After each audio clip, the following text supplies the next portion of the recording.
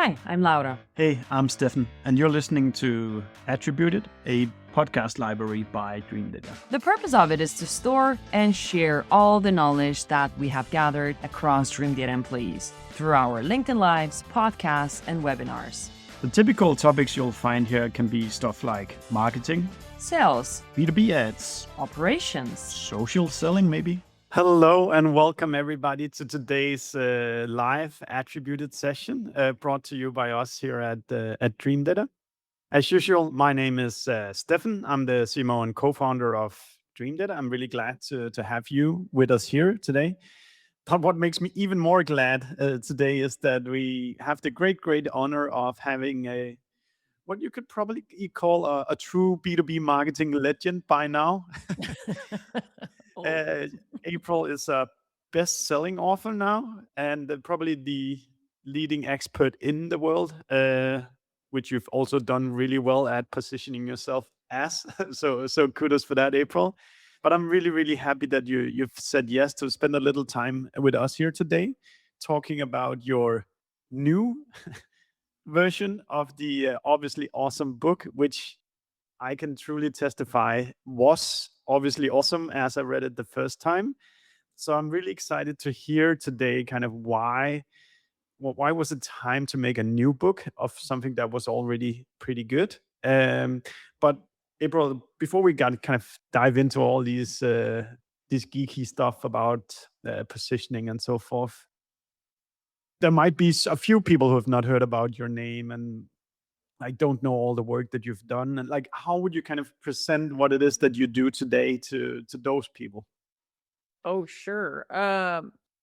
Yeah, so I'm a consultant these days. Like I spent the first part of my career in-house as a kind of a repeat vice president of marketing at startups. And then for the last it's been 11, 12 years now, I've been consulting and I've got a very narrow area of expertise. So what I do is positioning um specifically for tech companies only, and even more specifically it's B2B tech companies that do more complicated sort of enterprise type stuff. So companies with a sales team, essentially. Like if you're selling $100 thing, zero touch off the website, I don't do those. But if you sell a bigger thing and you have a salesperson somewhere in your sales process, I work with those.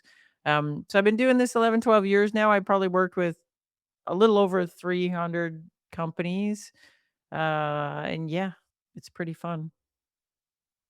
And there's almost like a positioning lesson in just listening to how descriptive you're able to go with saying what it is that you do, because so many companies out there are not able to say I do this for this specific type of people. And like, Yeah. actually, it's not only these people, it's even more specific. It's just these particular people. And it's such a pleasure to Yeah. hear how well thought out everything looks nowadays.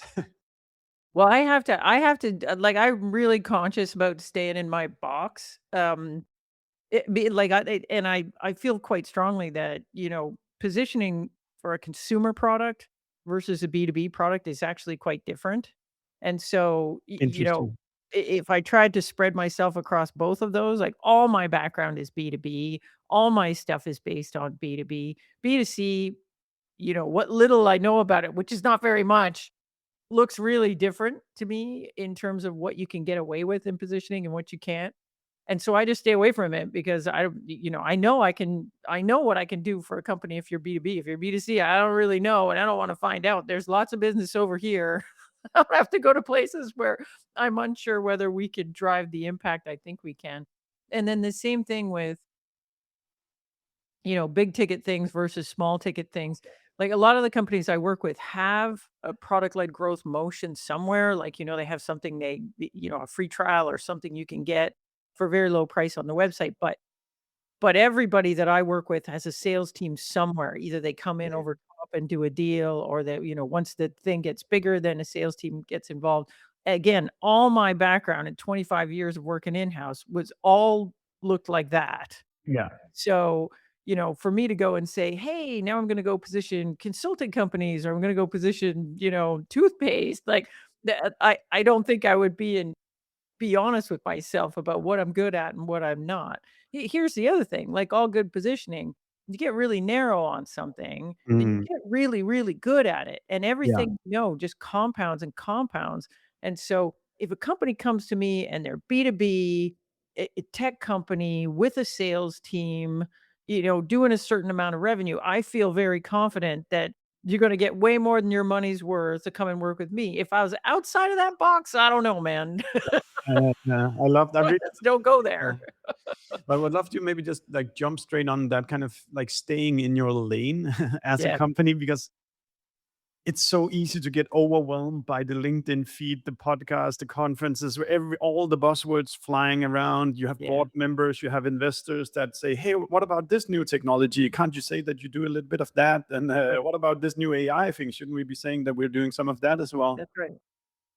Can you talk a little bit in depth about kind of just the value of staying in your lane? Yeah, Because I think marketing theoretical, it really makes sense because you want to occupy a certain space in people's brain, and if you keep saying a new thing every quarter, then I right. suspect that you lose that How does anybody occupation know of what you are? yeah, exactly.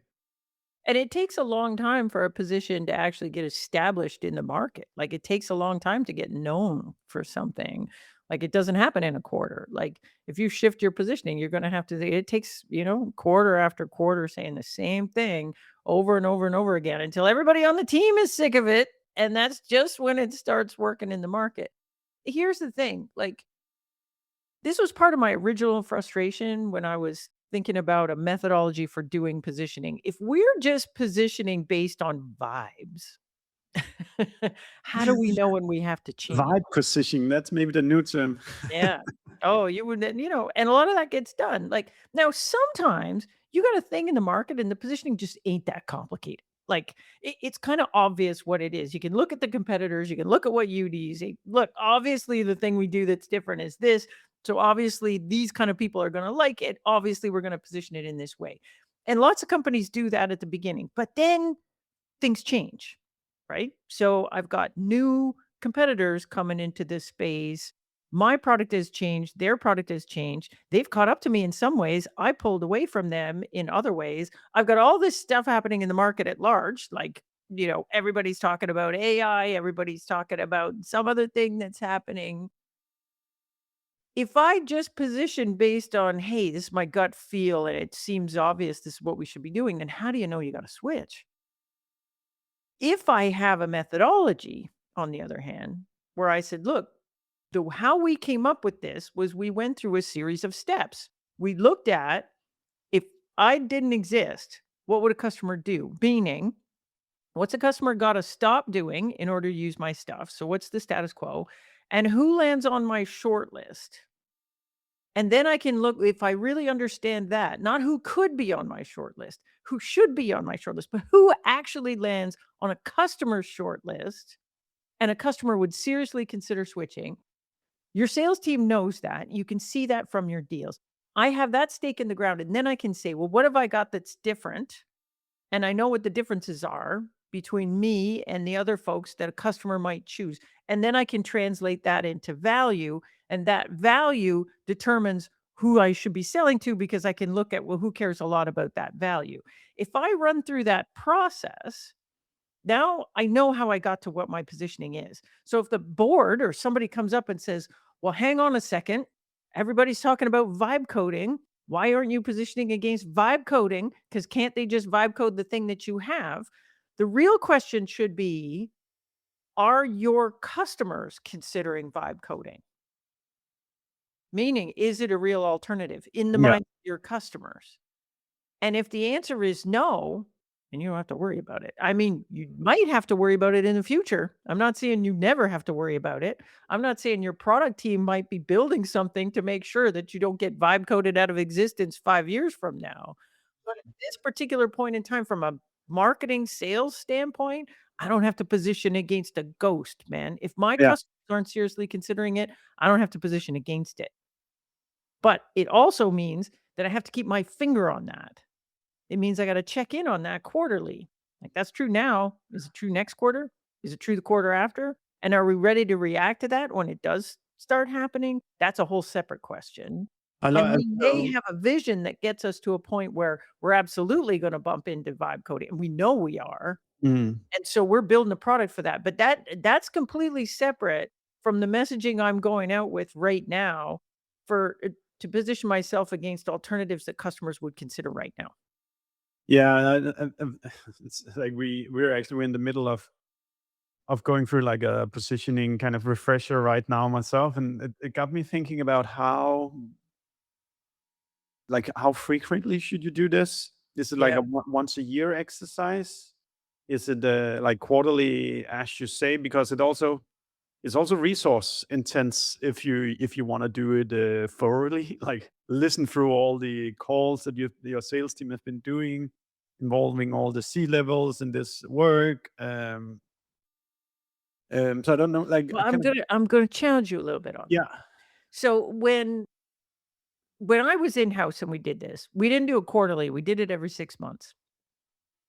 And at that time for the products I was in, that was good enough. I mean, it was all enterprise software. Stuff wasn't moving that fast. Well, I don't know. Right now, depending on the spot I was in, I might be doing it quarterly. But that quarterly check-in, who I have in that check-in is I've got my head of product, my head of sales, my head of marketing, and I've got the CEO. So we're all together. Like, I don't necessarily need to go back and listen to the gong calls of every single gong call that we ever had to find out, is competitor X showing up on the list? Like, if I got a good head of sales with their finger on that, they'll know because that's their job. So if I've got them in there, like, and usually if a new competitor starts popping up, your head of sales is freaking out.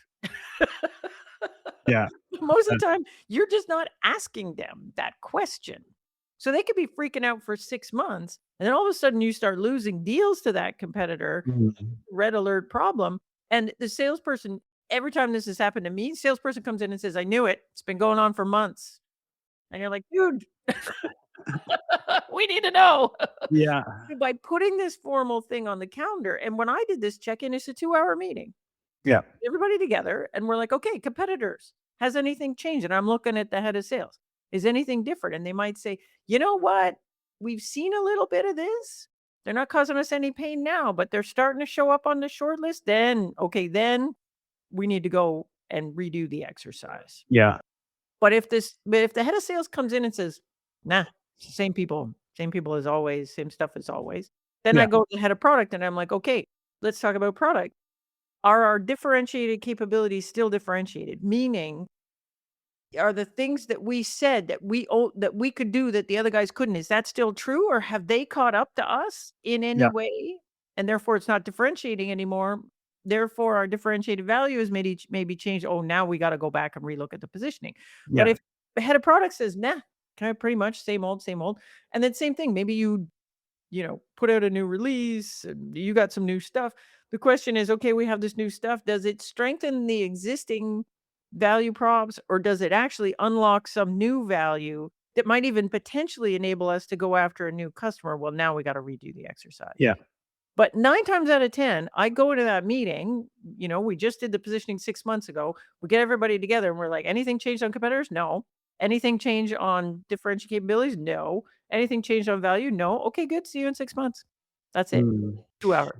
And so now, sometimes, like, I can give you examples where I had products yes, and we went through that thing every year for like 3, 4 years and nothing changed, and we just kept sticking the same positioning and everything worked. I've had some where I had one where we had this great positioning and we had a strategic partnership with a company, and that worked really well, and we were very happy with it, but 4 months later, the company got acquired by mm, another company, and we're like, "Oh, rats." So we had to get everybody back together and do an adjustment on the positioning, and that worked great for like 8 months, and then that company, which was a huge company, by the way, got acquired by a mega company, and not only that, the mega company was like, "We're just gonna shut all that shit down," and they were like, "Oh, no." So then we had to go in and do it again. So mm, we had 3 really big shifts in positioning in, like, a year and a half. So that was one case, but we couldn't have predicted any of that. Like, none of that we could have known in advance. And I have another product that I could point you to. The very first product I ever worked on as a product marketer, we did a repositioning of that thing. And that thing up until last year was still in market. And we're talking 25 years or something. Yeah. Still in market, still selling. And if you looked at that page, the positioning was not that different. A little bit different wording. We were talking about mobile devices. They were talking about Internet of Things, but basically the same idea, same value prop, same stuff. And that was decades. So how do we know when it's going to change? We don't. Yeah. No, I think that's a really good answer, April. And I think the first time around you do it, you're guaranteed that it's going to be a lot of work because you haven't actually gotten Yes. the team around to think about these things thoroughly. But then I do get it that it's follow the market, follow what the prospects are saying. If nothing changes, you can stay in your lane. Yeah. If new competition appear, then like obviously you need to talk about these things. Well, and here's the thing. We need to separate positioning from product strategy. Those are separate things. Ooh, interesting. Yeah. So think about it this way. I may have a product strategy that says, look, in 2 years, we're going to be this big and I'm going to make an acquisition.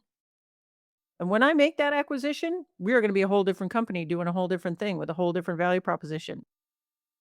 Right.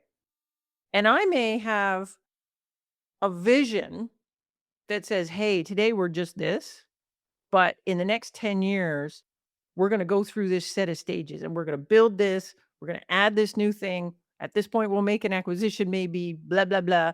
And then I got some vision thing, and that's the 10-year, 5-year thing. It's way out there. That might be what I sold to the VCs. I might go to the VCs and say, look, this thing doesn't look so interesting now, but trust me, Yeah. we're on a path to Yeah. get to this other thing, which is amazing, but we can't do it all at once. And here's the deal. I got a product strategy that says, first we're this, then we're this, then we're this, eventually we're this, and then we become this all singing, all dancing thing. At Yeah. every step in that journey, there's a different positioning. Mm. So if I'm sitting there positioning and saying, look, like nobody compares me to competitor X, so I don't have to worry about them and I'm doing that. That doesn't mean that I don't have a strategy to go take them out. That Yeah. doesn't mean that I don't have a strategy that 3 years from now, I am going to be positioned directly across from them because I think I can beat them at that point. Yeah. So you got to be careful. And I think this is where people get confused is they say, well, I can't not position against vibe coding. They're going to come get us eventually. Yeah.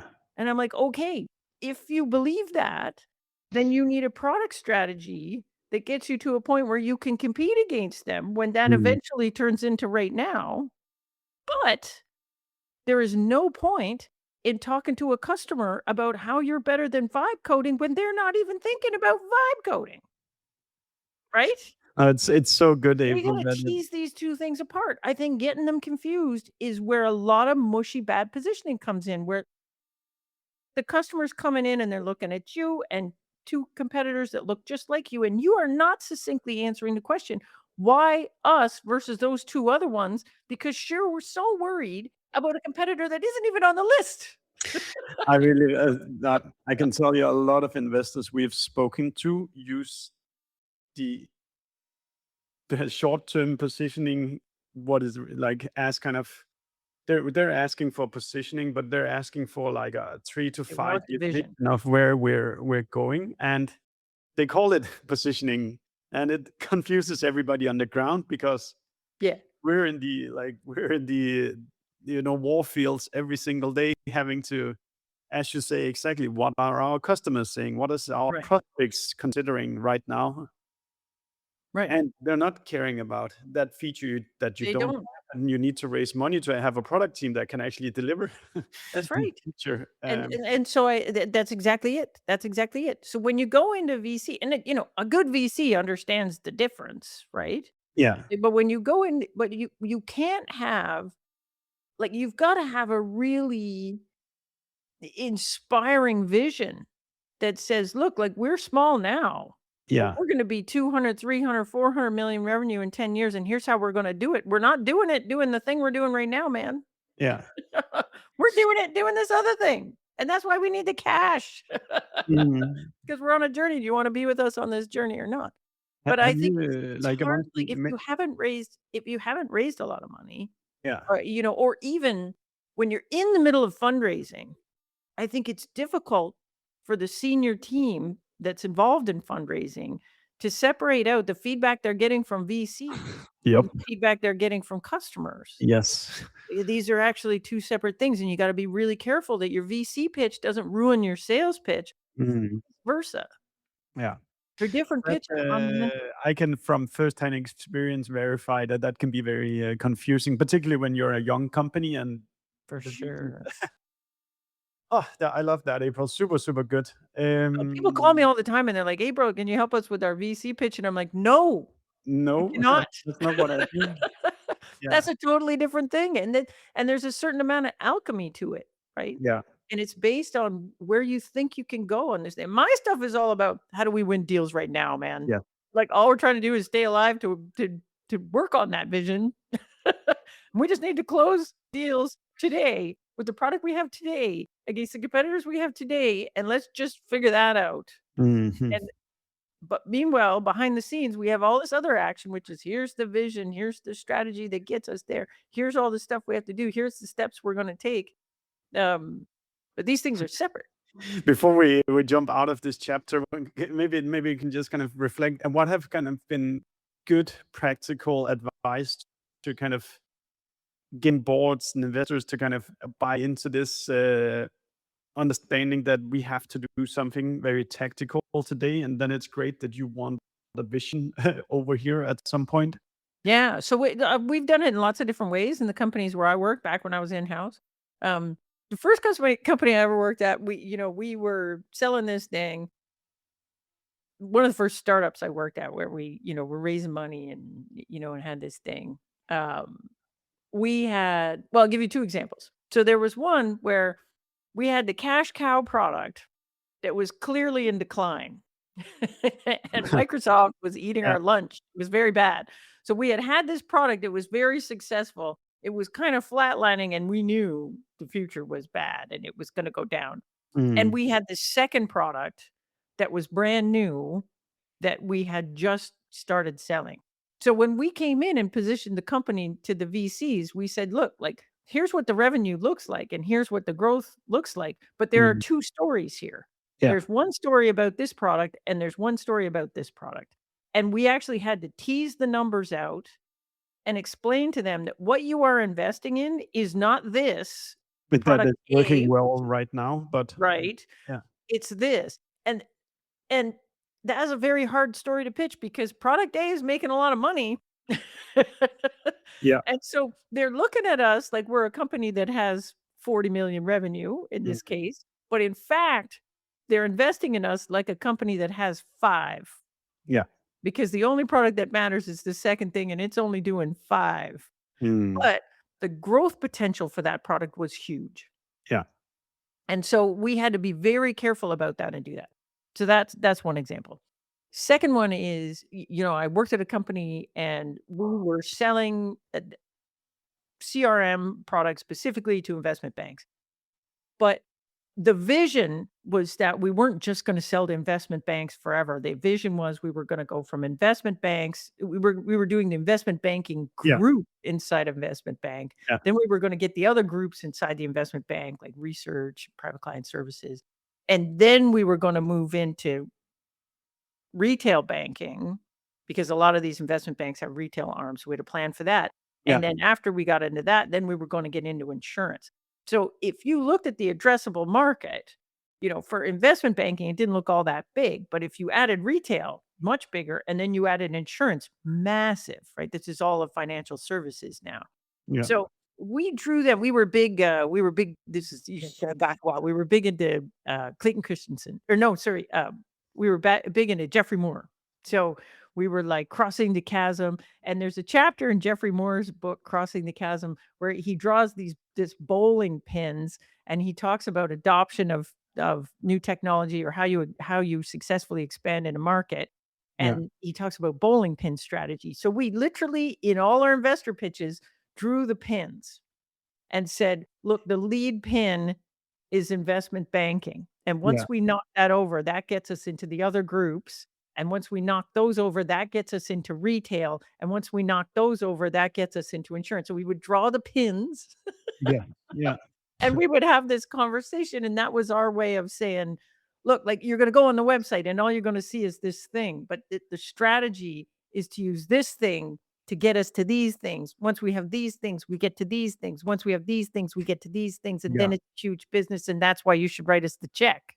Mm. And Um, that keeps them in place because then now they have kind of a roadmap of, okay, from the tactical to the visionary part of, that's it. yeah, things that So makes you a difference. so that is the key thing. You need to show them the roadmap that separates out where you are today from where you expect to be Yeah. in 10 years, and here's the practical steps we're gonna take to get from here to there. Yeah. Love And that. then they gotta believe that. Yeah. April, if we change chapter, so to speak, a little bit. Sure. So I just briefly mentioned, obviously, Awesome sold more than 100,000 books, which is a fantastic accomplishment. Ridiculous. Probably even unexpected for yourself when you started. And you've done more. I think you said like 200 projects since the book came out. So why did you like what did you learn since 2019 that made you wanna kind of go back to this already the book that is already doing quite well? Yeah. So many reasons. So, normally when you put out a book, you don't get a chance to get a do-over on it because normally the way books work, you release it, it sells for a while, and then, people are on to other books and it trails off, and then that's it. And there's no point going back to revisit it. It's done. You already said what you had to say, and it's done, and people are talking about other things now. This one, to my surprise, for whatever reason, it still sells. I'm still selling a lot of books, and I think positioning is a bit of an evergreen topic.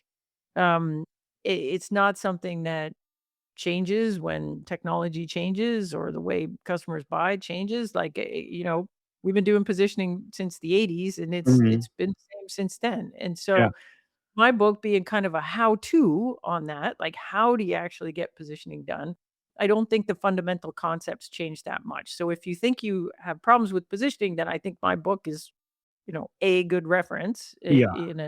in a world of decent references on that stuff. So the book was still selling well, and, like I say, I, had worked with 50, 60 companies at the time that I wrote that book, and then it's been 7 years or so, and I've worked with another few hundred companies after that. So there were some patterns that I started to see that I didn't see at the time that I wrote the book, that particularly in terms of where companies get stuck in the process and why they get stuck, like what the Yeah. root causes of those things are. Like, so for Mm. example, um, differentiated value is a really key concept in the book. Like this idea of trying to get at what is the value that you can deliver for customers that nobody else can is a really important concept. And I didn't s and not only is it really important, it's complicated. Like it's hard to get your head around. It's hard to It's do really well. I've so struggled with it so many times because it's like, but we have this feature and it's nice, but the competitors have the exact same feature, so it's not a So who differentiated cares? value Like, part. Yeah. like there's a difference between saying, we have this value, but that's nice, but that's not the question the customer is asking. The customer's not asking why you. They're asking why you over the other guys. 'Cause if it's again, if it's B2B and it's enterprise, they're not just looking at you. They're looking at you and 3 other people plus the thing they're doing right now and saying, "Is this worth it? Like, should I pick this over all the other things I could do?" So this concept of differentiate value, tricky. Yes. Um, and the way I wrote it up in the original book was, I don't know, 3 pages. Like, it was not Yeah. nearly enough detail. So people are calling me and they're like, "Dude, I'm doing this thing on my own, but we're really stuck." And they're always stuck in the same spot, which is this differentiated values. But it's other spots too, but that one in Yeah. particular, Yeah. I Yeah. I was like, "Man, that chapter should have been way longer." And there's a whole bunch more I could say about watch Wonderful. out for this and don't worry about this. And here's a way to think about it. So I greatly expanded that chapter. Um, there are other things in terms so there were a set of things that I started to see as patterns that I didn't see as patterns when I wrote the first book that I wanted to address in the book. So that was one thing. Second thing was I started working with bigger companies, Okay.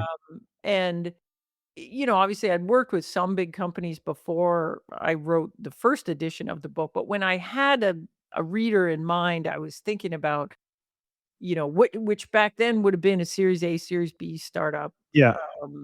Most of them would have one product, maybe a product and an add-on or something, but I wasn't really thinking about a Google or an IBM where you have No. multiple things and there's Yeah. layers of things and divisions and, how do you think about positioning an individual product versus a suite versus a platform and Yeah. things like that. But since the book has come out, I've done a lot more work with companies that are bigger and struggling with exactly that. Yeah, And and they have a much more similar complex landscape to deal with than like a single product exactly. company, right? Yeah.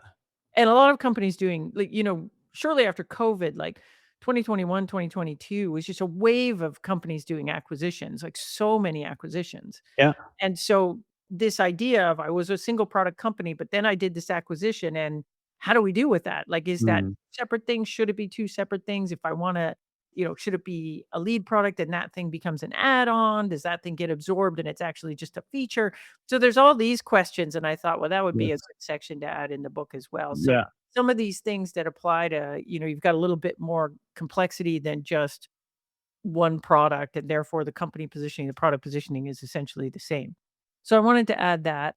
And then there were some other just kind of structural things to just make the process easier for people.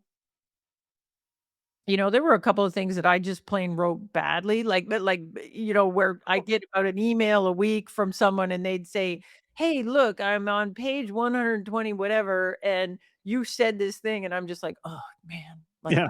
Wish I wrote something else. and I gotta write it back, say, "I know I said that, buddy, but what I Yeah. meant was this."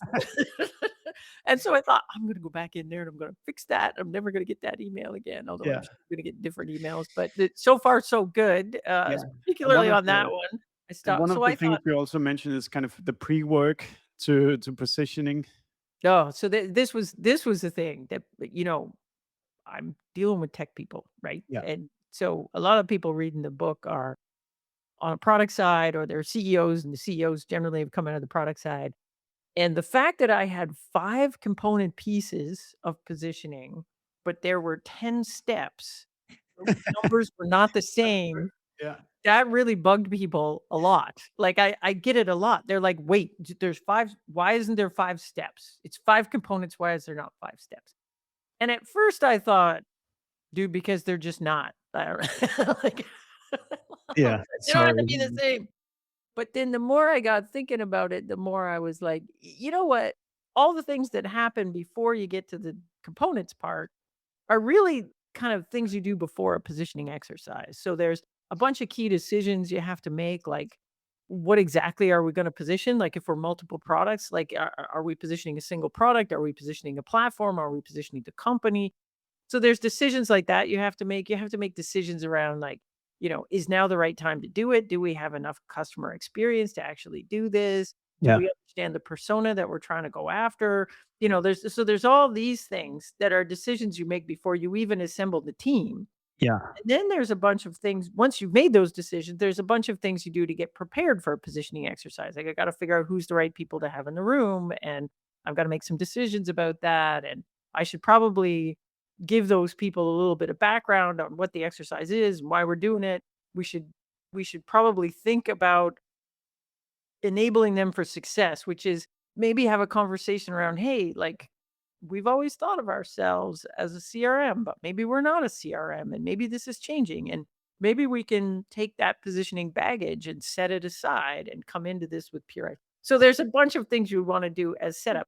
I And think then that caught us by surprise this year, how much like gathering of intelligence, like widely speaking, that you need to do before you can have people actually work on positioning, hmm, like analyzing all the gong calls, like figuring out or sorry, talking with your CS people about who's the most successful customers, talking with right. the sales team, who do you like to win deals from. So I think that to some degree, like getting the leadership team together is the icing on the cake. Yeah. And there's so much work in just getting the status quo right for what your company is doing today and what your customers think. And what are the alternatives to you, and so forth. Yeah. Well, again, yes and no. Like sometimes I think, I don't know how to put this. Like sometimes I think that we can skip a lot of deep analysis on this stuff by trusting that the people that own these functions know what's going on at a Mm. macro level. Because not all of this stuff is actually data. It's more like we can look at the data and the data might tell us something, but what we need is the insight on the data, which generally comes from your people, right? So if you're Yeah. asking a question like, if I go to CS and try to figure out who's more successful and less successful, like if you had to ask your head of CS, like in general, what kind of customers are more successful versus less successful, they've got an opinion about that. Yeah. And their opinion is probably correct. It's Yeah. good to have the data. Like I would never say, don't go and splunk through the data and figure Yeah. it out. But at the same time, if I have two experienced salespeople plus their boss in the room and they've closed a lot of deals, Mm. if I ask the question, well, who usually comes up on a short list? Y- The answer I get there is generally pretty right. They know. Now, Yeah. they know, right? They know. And part of the reason they know is because the answer is not 1,000 companies, it's 2. Yeah. And companies will come to me and they'll say, "No, no, no, you don't understand, like, there's 50." And they'll give me the list of 50. But when you go talk to sales, it's not true. Yeah. Sales says, "Yeah, okay, we saw them in that one big deal and everyone cried when we lost it, but to be honest, it wasn't a good fit for us anyways. We should have never been in that deal, and the fact that we were bumping up against that competitor told us that it was not a good fit deal." It's that kind of stuff. So, in my opinion, you don't necessarily have to do and this is caveated with, it's B2B, I have a sales team, I have a support team, like, I have human beings that are Yeah. interacting with like, if you were a completely zero touch sales model, then you'd have no way to know any of this stuff without going and getting the data, interviewing a whole bunch of customers, figuring out what's going on. Yeah. But if I've got a sales team and a service team and there's a lot of interaction with customers, we do know a lot about what goes on there. Again, it's not gonna be perfect. It's gonna be a little bit biased and all that stuff. And so this is why I don't want one person in the room. I want 2 or 3 to balance that out, Yeah. particularly on the sales side. But it doesn't necessarily have to be this big thing where, we gotta go listen to every gong call. Yeah. You know what I think is cool too is like Gong is getting better and better at enabling us to pull out things from those gong calls without actually sitting down and listening to all the gong calls, Yeah. right? Absolutely. So we can look at that. We can pull data from Gong that says, we can set stuff up that says, look, I want to know every time this company gets mentioned or that company gets mentioned, or if their new company starts getting mentioned, I want it to throw me an alert and blah, blah, blah, all that sort of stuff. Yeah. So 2 practical questions. How long should a positioning process take? Mm. Is it a week you can spend on it? Is it a month? Is it a quarter? Well, How much time? here's the thing, like, you're gonna wanna do a little prep beforehand, and it depends on how contentious that prep is. Yeah. So, for example, I had a company come to me, and they Yeah. said, "We want a position." It's a big, big company, and they had recently done some acquisitions, and these acquisitions were all in the same division, and they said, "You know what? We need a pitch that covers everything that's in this division now because we want our reps to be able to tell the story of all the things Yes. in the division." Yeah. And I said, "Okay." But we had a second call with the head of sales, and the head of sales says, "Well, do we really? Because I don't think that's the way we're gonna sell it." Yeah. Aha. So then we're having a discussion about, well, how do we wanna sell it? And so the rep or the VP sales said, "We got this product, and that should be the lead product. And then we have these other things, and they're just add-ons to the lead product. Really, I wouldn't try to sell the other things at the same time as the lead product because it complicate the deal. Yeah. Yeah, the deal would get bigger, but I might not win the deal. It'd be way better if I just land the deal with the first thing.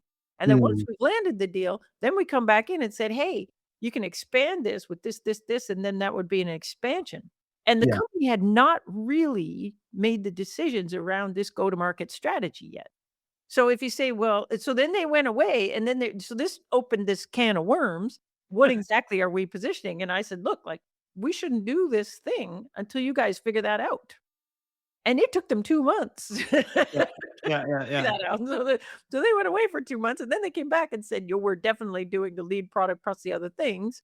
And so when we did do the exercise, it wasn't an exercise to position all the things. It was an exercise to position the lead thing, and then a couple months later, I came back in and we did an exercise to position the add-on, cross-sell, upsell things that would go in and sell afterwards. I love that. So Maybe. so when you say how long does the positioning thing take? Well, there's decisions to be made up front, and these might take longer than you think. Like if you already Yes. know the answers, then it only takes a minute. But if you don't know Mm. the answers, then it might take a couple months. Then there's the actual positioning exercise itself. And I mean, I do these with my clients and we do them in a week. Like, we're in and out in a Yeah. few days.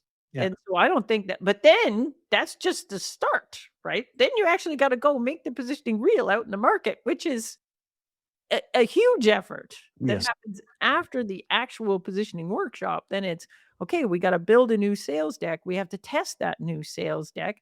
Then we have to roll that new sales deck out to the whole sales team. Then I gotta take the positioning and I gotta turn it into messaging. Then I Mm. gotta test that messaging and make sure it works. And then I gotta roll that out across everything I'm doing in marketing. Then I gotta have the whole thing sorta hit the market and stick. Mm.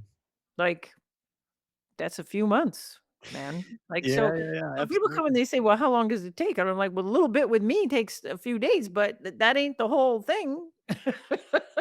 Totally. That makes so much sense, people. So, the team has gotta commit to all the stuff that happens after, because it's the team that's gotta execute on that, not the consultant. The team has gotta figure out, we gotta put this in a sales deck, we gotta test it with our sales team, then you've got your sales enablement folks are figuring out how to enable the whole team on that. Then we got Yeah. marketing's gotta look at this and build messaging on it and da da da da. This is internal work, this is not external work. Yeah. And that process is gonna take a long time before you're through Well, all it this. depends, right? Like, Yeah. some companies I work with are super fast. Like, they not too much problem making the decisions beforehand. They already knew it. We do the workshop, and 3 weeks later, they got a sales deck everybody's feeling good about, and they're Mm. doing sales training, and the marketing team's working on messaging, and you go look at their homepage a month later, everything looks amazing. Yeah. Other teams, it's not that easy, like, especially if the bigger the company is, the harder it is. And Yeah. so other teams, it takes a long time to get the deck worked out. Even just looking at the volume of deals you have, it takes a long time to get the deck tested because you're not doing 10 pitches every day. You're doing Yeah. a couple of pitches every week. So that's going to take a lot longer to test the deck. It's going to take longer to get everybody enabled on the thing. It's going to whatever. So some folks, that's a months long process to get the positioning actually rolled out. Yeah, just to cement kind of the motivation for people who haven't worked on positioning before. What is kind of the experience once the position is right, or like it's, let's call it, successful? What is the like things you experience inside the company once you get it? Yeah. Well, so in the work I do, we never stop at just positioning. We go all the way through to a sales pitch so that we Yeah. can test the positioning using a sales pitch. The great thing about doing it that way, other than the fact that I think you get better feedback on the positioning and more relevant feedback on the positioning because you're doing it live with customers. Yeah. But the other thing about that is that you can get the sales team working on that new positioning even before you've got marketing rolled out. So Mm. usually what we see is an immediate impact on what's happening in these first calls.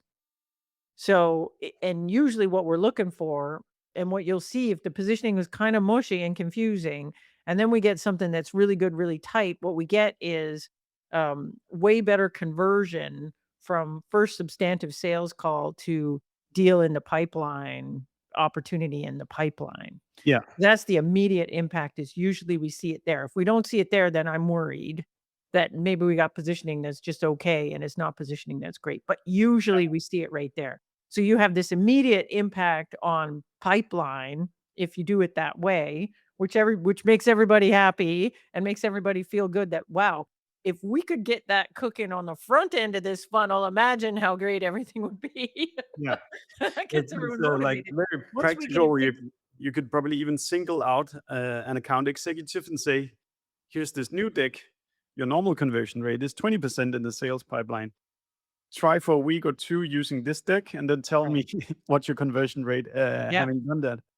Again, if you have high volume of deals, you can look at that data and see it. Now, if you're doing monster deals and we're not Mm, doing 100 calls a week, then it's different. But very true. but we generally try to test with the best sales reps we've got so that because the best sales reps you've got have a good feel for what works and doesn't work with the deck that they have right now. Yeah. And so if we change the story, they've got really good gut feel on, hey, this is a better story. This is working better. What I see in these meetings Yeah. is just way more positive. So if we have that, then if my best sales rep comes back and says, this deck is good and it's better than the old one, then I can feel pretty confident that, if I can get the rest of the team there, then we're probably pretty good. Wonderful. And then when we get this stuff cooking over on the marketing side, so we've got campaigns running that are more relevant. We've got messaging on the homepage or wherever we're doing conversion to leads is more relevant. Then what we get is not just, and here's the thing, it's not necessarily more leads coming through the funnel. It's better leads coming through the funnel because people get what you do. Yeah. And so they are self-qualifying in or out earlier before they actually hit that first call. Yeah. So what you generally have with weak positioning is you get a lot of garbage comes in because people think you're something you're not. Yeah. Or, they think you're this, but it turns out you're this, or they misunderstand what you are. And then they get to first call and they're like, oh yeah, no, this is terrible. And then they drop out. So we don't get great conversion over. When you get this working really well on the marketing side, like ideally you get more leads, but you generally get more and better. Like the Yeah. stuff that's coming through is better qualified because it's more understandable what you do. People have more realistic expectations about the value that you're going to deliver. And so you get these better quality deals coming through all the way through. So it's this nice virtuous cycle in Yeah. that things are coming in are better, things are progressing faster, fewer people are dropping out. Like the whole thing is just better. It just feels like good positioning feels like magic. It just feels like, oh my gosh, we're rolling down still. Everything's easy. Bad positioning is the opposite of that. It's like everybody hates us. I don't even Yeah. know why. Nobody wants to talk to us. Half the calls we have are just crap. And 10 Yeah. minutes in, we're like, why are we even talking? Mhm. Yeah. Great. Okay, April, we're almost at the end. I wanted to ask you because I'm sure everybody is asking at the moment, kind of how, how this like AI explosion, this empowerment of all of us to be vibe coders and Yeah. generative AI specialists and so what. Kind of how's that kind of what's that doing to the importance of positioning? Because like one day Yeah. you can have one product, the next day you can have another if you just kind of prompt the right way. It's just kind of a general curiosity to how you see kind of this explosion in empowerment of all of us that AI Yeah. brings along. What does that do to the way companies position, or does it do anything, or should it do anything? Well, I think to be honest, I think what we're going to see is a couple of things. Like, one, we're going to see in certain markets, not in all markets, but in Yeah. certain markets, we're just going to see a proliferation of solutions, right? Yeah. Like, you think the landscape is crowded now. Oh Give no. it a few years, and we're just like, gonna be all kinds of stuff. Like we're already seeing the low end of that, which is this explosion of apps on the app store, and Yeah. figure out what to do with that. And where I work is more this like enterprise B2B stuff. So I mean, we're not seeing it there yet, Yeah. but Yeah. but Yeah. uh, will it get there? Yeah, maybe. And if it does, oh man, like so now what's interesting is you're going to need to figure out how to position against these things that are potentially in-house built Yeah. or built to be almost like custom software. Like, it's built to be for you and your particular situation and whatever. Mm. So I think companies are gonna, if that happens, companies are gonna have to think about, what are the things that we can offer that are really tricky to vibe code or Yeah. really tricky to maintain even after you've vibe coded it, or potentially dangerous in terms of a compliance and security standpoint. And, Yeah. how are you going to position against it? So that's one thing. The Yeah. second thing is, I think what we're going to see is maybe companies going a little bit nuts, building features just because they can, not because a customer cares. That's interesting. Or that it's not gonna it's not necessarily driving revenue. Like, I think the job of product management, I think it's very important That's very true. in this That's very true. phase, that we need to be able to, like, it's great that we can all, make these things and we can deliver them with lower skill levels and we Yeah. can Yeah. deliver Yeah. them Yeah. faster. That's amazing. But that means that your road mapping is super important. Like, are we building the right things? Because 'Cause we're just not into the building things business. No. We're into building the right things business. So, how do we know we're building the right That's great. things? Yeah. How do we know that, like, what is our process to close the loop here Yeah. on, you know, things that can move the needle on revenue, things that are really driving value for customers versus, "Hey, this is cool. Look at this thing I can just do now," like Yeah. Yeah. Yeah. That's not what we're I here get for. the enthusiasm, but I worry a little bit about, we're gonna get these Frankenstein products that eventually you get this big degradation in user experience or whatever, because there's a whole bunch of crap in there that people have added just because it can. Like, let's just Yeah. throw it in there and see what people think. And to the point where you've actually messed up the thing that was really great about your product because, you've added a bunch of bump in there that nobody cares about. So I think there's a great future for, smart product strategists. Yeah. Yeah. Yeah. Yeah. Yeah. And I think product marketing on that side has a lot to contribute there about being kinda the person that understands what's valuable to customers and what's going on in the field right now and where are the opportunities. Like, I think product management, product marketing, I think is more important than ever. Yeah. And, and I think having some tight positioning right now and a good strategy document that says, here's where we expect to go in the future, and here are the steps. And then being able to take the proposed things that people want to Yeah. build and say, does this contribute to this journey or not? Yeah. Before we just throw it all out there. So I don't know. I think there's going to be that. I think that was a great answer to to my somewhat broad question. Thank you so much, April. No problem. April, we're done. I know you're a highly productive individual and you release content all over the place. So I'm gonna I leave. do not feel like a highly productive content creator at the moment. If you I'm haven't really bought busy. the obviously awesome book and you're listening to this podcast, you should buy that book for sure. Where do you want people's attention elsewise besides having a browse of the book? Well, I did a series of podcasts recently as kind of a companion to the new book, like 6 or 7 episodes that just kind of walk through, here's what's new in the book, and here's, a little bit of depth in my thinking around there. So I think that's a neat place to say Yeah. the podcast called Positioning with April Dunford, big surprise. Um, and then I'm also doing a little bit of exploration on this stuff on the blog, which I'm working on a really long blog post about differentiated value right now because Oh, nice. I just feel like nobody understands it.